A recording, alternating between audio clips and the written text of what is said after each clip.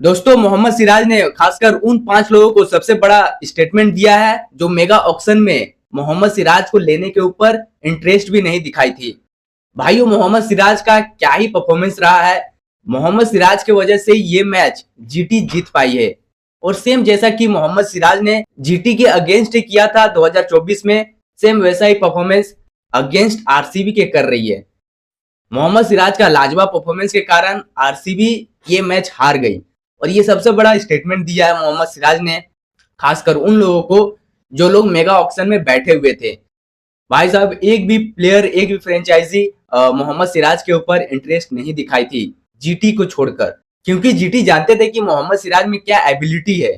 मोहम्मद सिराज ने मैच जीतने के बाद उन्होंने कहा कि मैं थोड़े बहुत इमोशनल था, लेकिन जब गेम वापस आया, जब बॉल मेरे हाथ में आई तो मैं उसी इंटेंट के साथ अपना गेम पे फोकस किया और सेम बॉलिंग किया। हाँ, एनर्जी अलग थी वहां पर क्योंकि चिन्नास्वामी का ग्राउंड था और आरसीबी के अगेंस्ट खेलने का मौका मिला उनको और क्या ही लाजवाब, क्या ही शानदार परफॉर्मेंस दिखाया उन्होंने। और भाई साहब इतने अच्छे बॉलर को कोई छोड़ता है भला? आप समझ सकते हो कि क्या तक नहीं किए थे मोहम्मद सिराज आरसीबी के लिए, फिर भी उनको रिलीज कर दिया गया था, रिटेन भी नहीं किया गया था।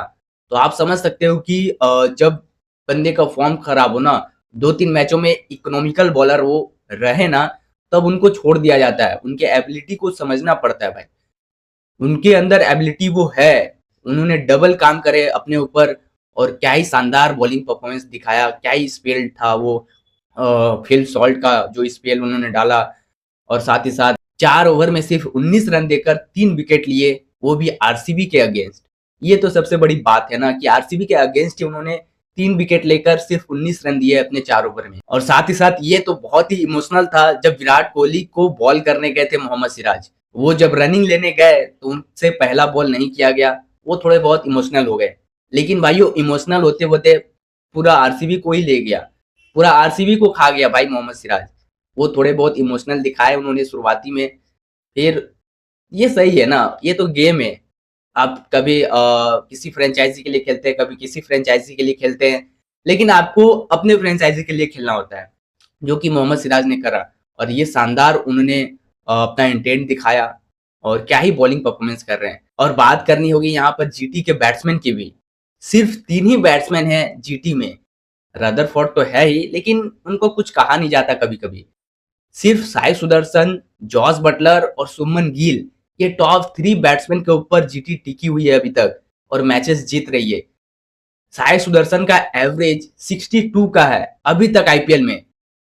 वो लिटरली कंसिस्टेंट बंदा परफॉर्मेंस करता है, अपनी टीम को जिताते हैं। और बात किया जाए सुमन गिल का, क्योंकि वो जानते थे, उन्होंने भी इंटरव्यू में यही कहा कि मेरा टारगेट यही था कि हम लोगों को विकेट नहीं देने, पावर प्ले में विकेट्स नहीं देने, रन रेट हमारे कम रहे लेकिन विकेट्स हमको नहीं देने। तो इनका माइंडसेट देखो कितना क्लियर है। तो ये बहुत ही अच्छी चीज लगी, क्योंकि विकेट्स जब आप दे देते हो ना तो प्रेशर में आ जाते हो, जैसा कि सुमन गिल का माइंडसेट एकदम क्लियर देखने को मिला यहाँ पर। और बात किया जाए जॉस बटलर का, तो जॉस बटलर का 86 का एवरेज से वो बैटिंग कर रहे हैं इस सीजन। समझ सकते हो कि 43 का एज में 86 का एवरेज से बैटिंग करना, ये कितना ही सोचने पर मजबूर कर देता है हर किसी को। तो आप समझ सकते हो कि उनका चिन्नास्वामी में भी अच्छा रिकॉर्ड है जॉस बटलर का, बहुत सारे रन मारे अगेंस्ट आरसीबी ही, जब वो राजस्थान रॉयल्स के साथ खेलते थे तब।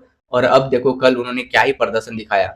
वो जानते थे कि उनका रहना एट द एंड कितना जरूरी है, जॉस बटलर का खासकर, इसलिए उन्होंने एक तरफ से गेम को पकड़ रखा। रदरफोर्ड ने मारकर खेला उस चीज को, जल्दी से गेम को खत्म करने का कोशिश किया ताकि उनका रन रेट बेहतर रहे। तो भाइयों आरसीबी के अगेंस्ट ही मोहम्मद सिराज ने एक खतरनाक स्पेल करी और ये कहीं ना कहीं थोड़े बहुत इमोशनल थे, लेकिन आप एट द एंड कह सकते हो कि मोहम्मद सिराज जो चीज करना चाहिए था आरसीबी के अगेंस्ट, वही चीज उन्होंने करा। और ये चीज जरूरी भी था कहीं ना कहीं, उनको मुंहतोड़ जवाब देना आरसीबी के फ्रेंचाइजी को जरूरी था भाई, क्योंकि आप जरा सा भी इंटरेस्ट नहीं दिखाए मोहम्मद सिराज के ऊपर, जो कि बंदा 7 सालों से आपके टीम में ही खेल रहा है और बहुत सारे विकेट्स भी लिए। हालांकि वो थोड़े बहुत इकोनॉमिकल रहते हैं लेकिन विकेट्स लेते थे। तो यहाँ पर लॉयल्टी कहाँ गई भाई? यहाँ पर तो लॉयल्टी नहीं काम आया ना।